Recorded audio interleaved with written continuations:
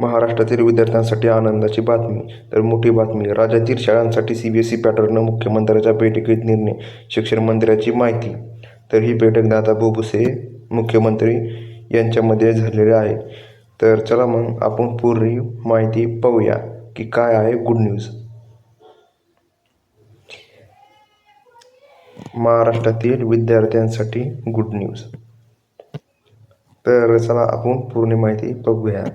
मुंबई राज्याने मुख्यमंत्री देवेंद्र फडणवीस यांच्याकडून मंत्रालयातील सर्वच विभागांसाठी पुढील 100 दिवसांच्या कामकाजाचा आढावा घेतला जात आहे.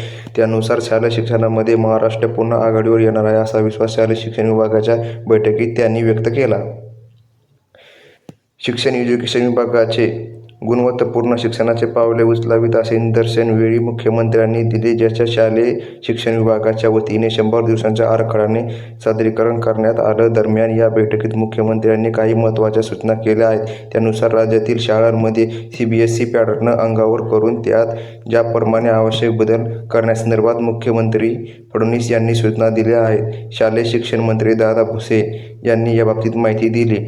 राज्याचे शालेय शिक्षण मंत्री दादा भुसे यांनी मुख्यमंत्र्यांसोबत झालेल्या बैठकीत एबीजी माझीशी संवाद साधला. त्यावेळी सीबीएसई पॅटर्न अंगीकार करून त्यात राज्याप्रमाणे आवश्यक बदल करणे, शाळांना गुणवत्तेनुसार रँकिंग देणे, एकाच केंद्रात किमान एका शाळेमध्ये 10वीपर्यंत शिक्षण व्यवस्था निर्माण करून त्या शाळा आदर्श तर त्यातील एक वर्ग स्मार्ट करणार आहे असल्याचे त्यांनी म्हणले. त्यामुळे राज्यातील सरकारी शाळा व अनुदानित शाळांमध्ये सुधारणा करण्याचे पुढील 100 दिवसांत शासनाकडून जोर देण्यात येत असल्याचे दिसून येते. तसेच केंद्रीय शिक्षण पद्धतीचा गरजेनुसार अवलंब केला जाईल. चालू वर्षातील पहिलीच्या वर्गात सीबीएसई पॅटर्न विचारात आपण करत आहोत.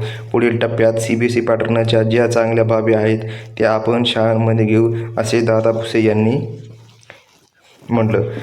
सन 2026 ते 27 मध्ये सीबीएसई पॅटर्नचा वापर होईल असे शिक्षण मंत्र्यांनी म्हटलं. तर महाराष्ट्रामध्ये जर सीबीएसई पॅटर्न आला तर चांगले आहे. राज्यातील सर्व शाळांमध्ये यापुढे राष्ट्रगीतापाठोपाठ राज्यगीत होणं अनिवार्य आहे असल्याचे मतही शिक्षण दादा भुसे यांनी व्यक्त केलं आहे. राज्यातील अनेक शाळांमध्ये त्याची अंमलबजावणी होताना दिसत नाही.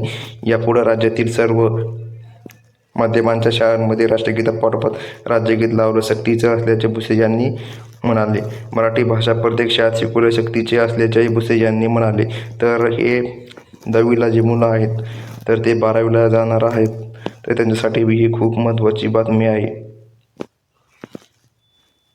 तर मुख्यमंत्री यांनी काय काय सूचना दिल्या तर ते आपण पाहू. तर मित्रांनो, जर सीबीएसई पॅटर्न जर लागू झाला तर हे खूप चांगले आहे, म्हणजे की महाराष्ट्रातील विद्यार्थ्यांसाठी चांगले शिक्षण होऊ शकते. तर